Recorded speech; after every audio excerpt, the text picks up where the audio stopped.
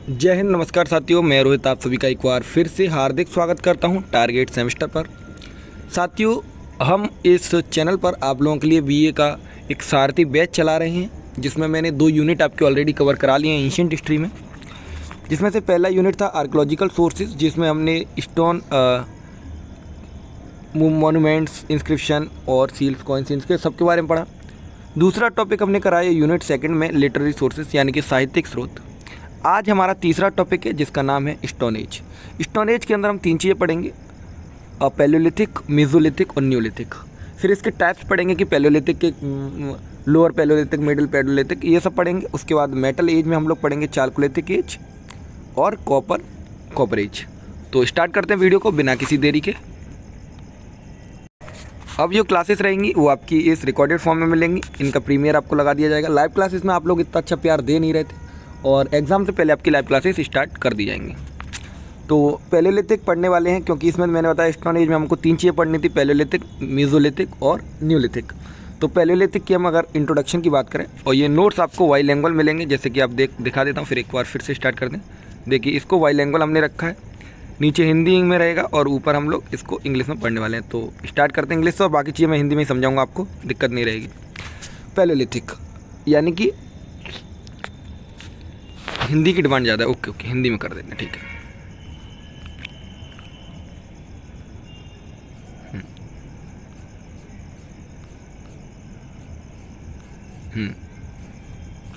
ठीक है।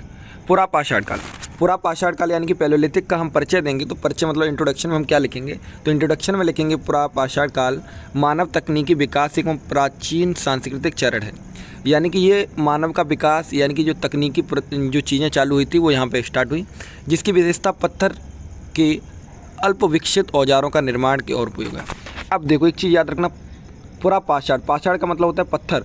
तो पूरा पाषाण यानी कि जो पैलियोलिथिक एज है, इसमें साथियों केवल एक ही चीज़ का आविष्कार हो पाया, स्टोन टूल्स का। किसका? स्टोन टूल्स का। इन चीज़ों का याद रखिए, ठीक है। ये चीज़ आपको पहली लाइन में पता चला।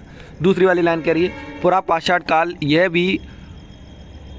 भी था कि विशेषताएं छोटी मूर्तियां, जैसे महिलाओं की नक्काशीदार पत्थर की मूर्तियां, यानी कि जिस पर महिलाएं बनी हुई हैं, वो नक्काशी की हुई मूर्तियां, मैं आपको दिखाऊंगा कैसी होती हैं। जानवरों और मिट्टी की मूर्तियां, अन्य हड्डी और दांत, यानी कि जो हाथी के दांत होते हैं उनकी नक्काशी की हुई, पेंटिंग, ये सारी चीज़ें हमको कहाँ मिलती हैं? पूरा पाषाण काल में पढ़ने के लिए मिलती हैं। तो ये पॉइंट आपको डालने होंगे उसमें।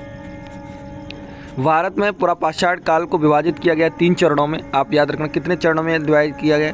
3 चरणों में, यानी कि निम्न पाषाण काल। मैं आपको बताया तो एक बार, ठीक है। तो एक बार तो देखेंगे कि पहले चरण में हमने मोटे तौर पर अगर देखें तो 60,000 से लेकर 15,000 ईसा पूर्व के बीच की बात करते हैं। दूसरा है 15,000 से 35,000 ईसा पूर्व की बात करते हैं। फिर 35,000 से 10,000 ईसा पूर्व की बात करते हैं। तो देखिए, निम्न पाषाण काल, सॉरी एक मिनट,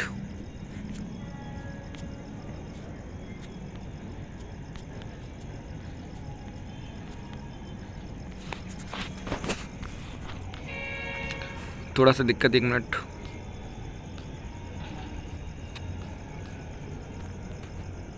तो निम्न पाषाण काल में हम लोगों को क्या देखने के लिए मिलेगा?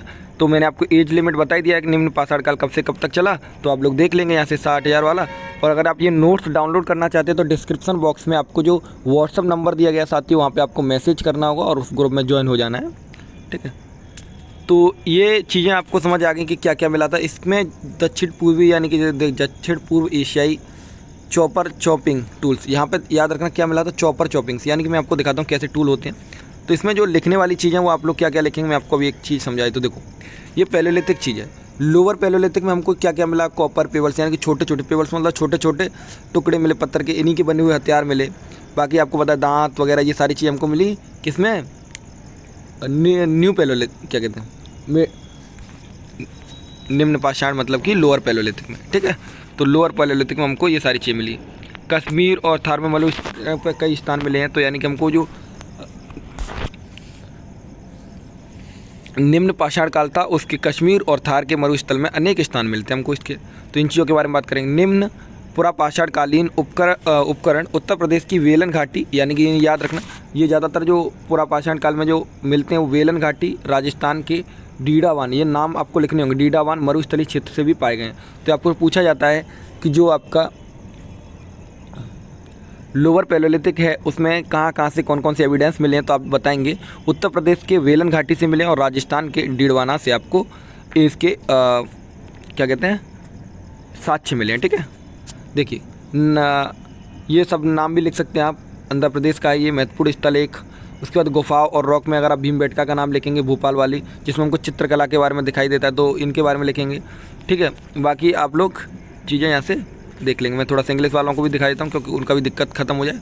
तो आप लोगों को ये सारी चीज़ बता दी। वोरी इन महाराष्ट्र वाला भी आप एग्जाम्पल यहाँ पे दे पाएंगे निम्न पाषाण काल में। ठीक है, तो निम्न पाषाण काल में आप लोग ये देख लिए। अब दूसरा आता है मिडिल स्टोन एज, यानी कि मध्य पाषाण काल। मध्य पाषाण काल में थोड़ा सा इन्वेंशन हुआ।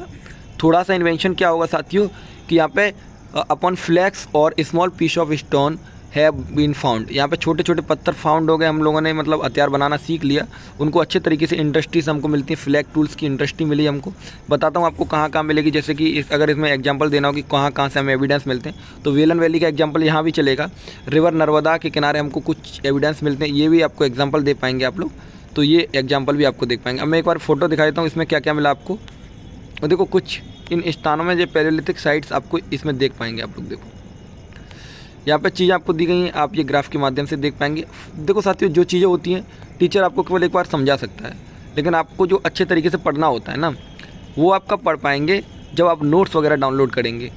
तो नोट्स वगैरह डाउनलोड करने के लिए अगर आप फ्री में नोट्स चाहते हैं तो टेलीग्राम आईडी है Rohit Tomar AU, sorry Instagram ID, यहाँ पे मैसेज कर देना। बाकी आप टारगेट गुरुकुल की टेलीग्राम चैनल से जुड़े हैं और टारगेट गुरुकुल के जितने भी सोशल मीडिया हैंडल उनसे जुड़ें, आपको फ्री में सारी चीज़ें मिल जाएंगी। तो इसमें वेलन वैली का एग्जांपल देना है, नर्मदा रिवर का देना है। ये तो हो गया मिडिल पैलोलिथिक की बात। अब करते हैं अपर पैलोलिथिक की बात, क्योंकि यहाँ पे जो आपका क्वेश्चन पूछेगा ना वो ऐसे पूछेगा, what is stone age define palaeolithic. तो पैलोलिथिक में आपको पहले उसको लिख देना है, फिर उसके बाद में बताना है कि जो स्टोन एज है वो 3 पार्ट में डिवाइड है। कौन कौन से आपको पता चल गया, एक पैलोलिथिक, दूसरा मीसोलिथिक, तीसरा न्यूलिथिक। फिर पैलोलिथिक को डिवाइड करना है आपको लोअर पैलोलिथिक, मिडिल पैलोलिथिक और अपर पैलोलिथिक।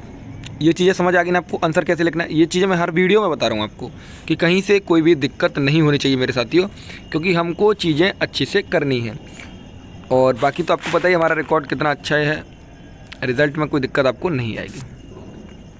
अपर पैलोलिथिक की बात करेंगे तो this is the world constant marks appearance या न्यू फ्लिंट इंडस्ट्री से। इसमें थोड़ा चीज़ें चेंजेस हुई, जो चीज़ें हम लोग अभी तक टेक्नोलॉजी एडवांस हो गई। इसमें क्या हुआ कि इसमें तकनीकी थोड़ा एडवांस हुई, तो ये पॉइंट आप लोग डालेंगे। अपर पैलोलिथिक में हमने देखा कि टेक्नोलॉजी थोड़ी एडवांस हो जाती है, एडवांस होती है। इसमें आपको कुछ एग्जांपल्स देने होते हैं, कहाँ कहाँ देने हैं तो मैं आपको बताऊँ। देखो उनकी जो अभी तक फिनिश जो कर रहे थे ना, अभी तक उनका शार्पनेस नहीं थी। जैसे मान लो पत्थर, उन्होंने ये पत्थर है तो बस ऐसे यूज कर लिया, लेकिन उन्होंने फिर अगली वाली जब अपर पैलोलिथिक आई तो थोड़ा उसको पैना करना चालू किया, मतलब कि उसका नुकीलापन लाए उसमें, ये चीज़ें होने लगी इसमें। तो इसको कहते हैं कि टेक्नोलॉजिकल एडवांस हो गया वो लोग। क्या हुआ कि तकनीकली जो तकनीकी होती है ना उसमें थोड़ा सा चेंजेस लाए। तो ये कब हो पा रहा है, अपर पैलोलिथिक में। अपर पैलोलिथिक के आपसे कुछ एग्जाम्पल पूछे जाएंगे। इंडिया में अगर आप नोटिस करेंगे तो मैं आपको बताता हूँ, जो ब्लेड्स एंड वरीन्स मिलते हैं वो कहाँ से हैं, तो हमको आंध्र प्रदेश, कर्नाटक, महाराष्ट्र, सेंट्रल मध्य प्रदेश या southern UP, Jharkhand and adjourn. मैं आपको एक चीज़ ट्रिक बताता हूँ यहाँ पे, अगर आप कुछ भी चीज़ें भूल जाएं, पैलोलिथिक में 3-4 चीज़ों के नाम याद रखो।